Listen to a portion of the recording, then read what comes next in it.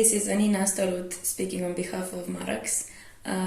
Marax is a symphonic black metal band from Slovenia. It's an ex-Yugoslavian small European country. And we started playing or creating music in 2017 at the end of the year. The band consists of North Slayer, guitarist and bass player and keyboardist.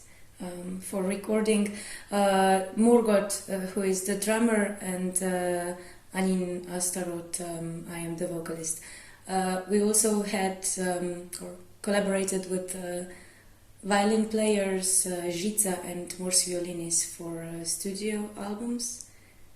So that's it. Marax is a demon, one of Satan's demons, and the name is just one of the spellings or possible variations of names for the kind of demon of justice and harmony and astrology, astronomy, and many more. Some variations are Marax, Farax, or even Mat, the Egyptian goddess of truth, harmony, and justice. So yes, Marax appears as a bull, which is also his constellation, or as I said before, he or she may appear as the Egyptian goddess Mat. The Shrine is our second full-length album.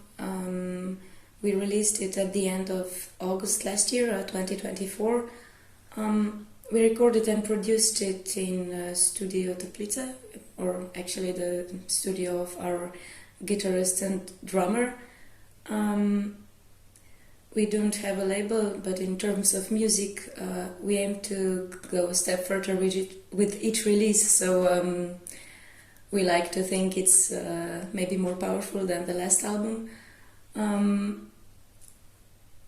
For pretty much every release to date, North Slayer wrote the instrumental part and the essential music, so he recorded the guitar and the bass as well as the keyboards, and then Morgot composed and recorded the drums. Composed the drum parts and recorded the drums.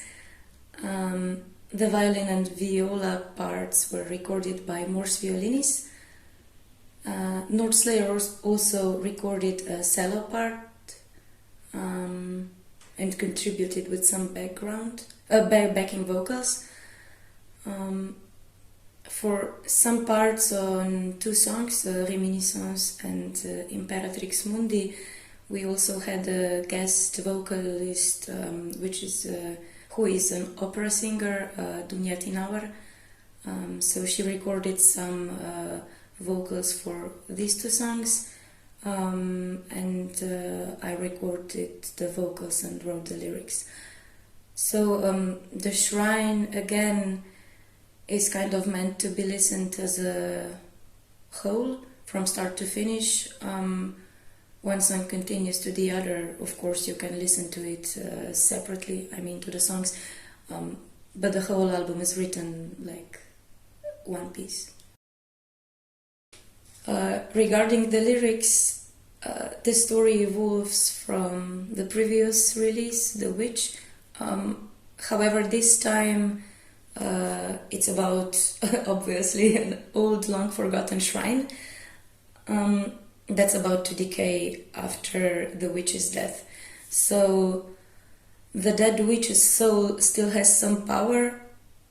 She cannot be the keeper of the shrine anymore, but she can find the new one, which is what she does. So for this, she creates a prophecy, and then we follow a group of people, well, the three of them, who accidentally or not so enter the shrine, search for the prophecy, go into the inner earth, die along the way, some of them, and then the one who survives, fulfills the prophecy, or it's, well, she's reborn, but it's not so important. The shrine is finally rebuilt after a total destruction and cleansing of the world. So the worlds, all the worlds, like the inner, the underworld, and the world that we live in, can be balanced again, and the shrine has a new keeper, so the prophecy is fulfilled. Yeah, it's like a fairy tale, just a little bit darker, or I'd like to think so. The lyrics are in English, so that everyone could understand it, I guess. I'm not so fond of my mother tongue in lyrics, because I guess I'm more critical. So when we have lyrics in Slovene, we usually turn them backwards so that no one can really understand them. And sometimes some songs are in French because I like the tone of it. The cover art was made by Guatemalan artist Mario E. Lopez. We have already been collaborating with him since the beginning, actually, so he hasn't created all the artwork for our music, but he's made cover arts for 3 of our releases by now.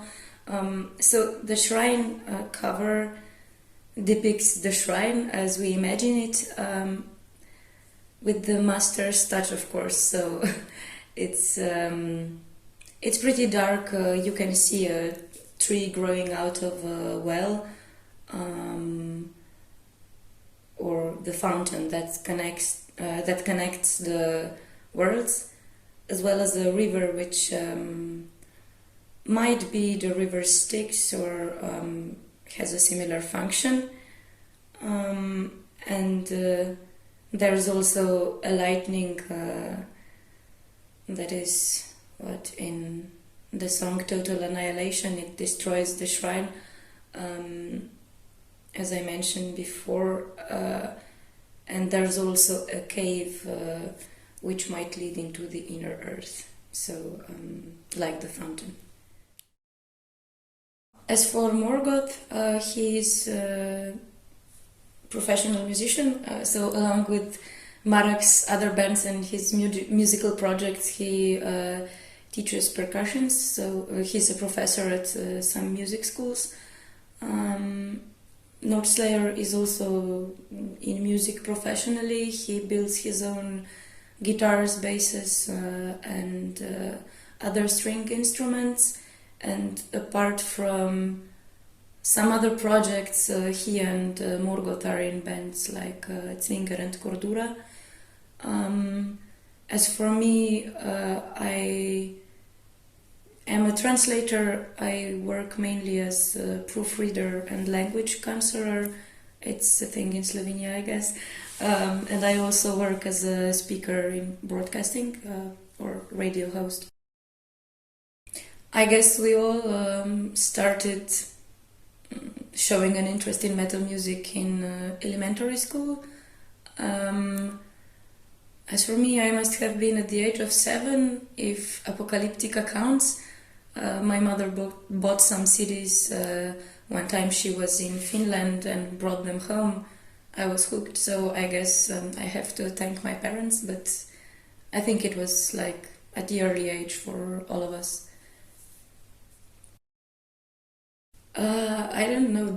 I guess the usual stuff. At first, I was ashamed, and I had a pretty hard time recording vocals in front of some people whom I didn't, I don't know, trust enough, or whom I didn't know well enough. So I didn't really overcome it. I just grew up and then switched bands and started a band with my now husband, so I don't have problems recording anymore. Oh, and I also find it really annoying annoying if people comment on my looks or dress choices rather than performances and music. But then again, it's not really about music, so I really don't know how to overcome it. I guess that's it. We have already collaborated with some classical musicians, like classically trained, I guess, for viola and violin parts, and also with an opera singer, so I guess it counts. But we're pretty open about our music style or evolving it, but there's probably no specific wishes about a specific artist or something. Well, there was and will probably always be technological advancements in music industry. It can be very good and helpful to, I don't know, record and produce with new technology and all its advancements, as long as the new music doesn't become full of samples, I guess, because such applications can be very helpful, for example, for a one-man band, or to add some specific details or special effects that haven't been possible before. But I really hope that with new advancements people won't become lazy, or that I really hope that people will not lose their creativity and skills, and also that the music will not lose its complexity. I don't have many thoughts on it, actually. I guess it exists, but I prefer the old way of making the cover art yourself, or paying a human artist who probably makes his or her living out of it. So yeah, I don't remember, maybe Bathory Octagon or some Apocalyptica stuff. I actually bought many CDs, but when I was younger I always searched for them in physical stores. Like in Slovenia the options were very limited. There might be, but which? I don't know really. But then again, I sing about demons, witches, inner earth, black flames, resurrection, so you can guess. Again, I don't know. I'd say Lord of the Rings, but maybe not. It still doesn't check all the boxes, so if I could, I'd make my own with the story of these lyrics. There were many. You got me now. I don't know, something by PJ Harvey for me. It's not pop, but maybe it counts. For this year, we plan to finally perform the shrine as a whole, like at live concerts, maybe, or hopefully some festivals.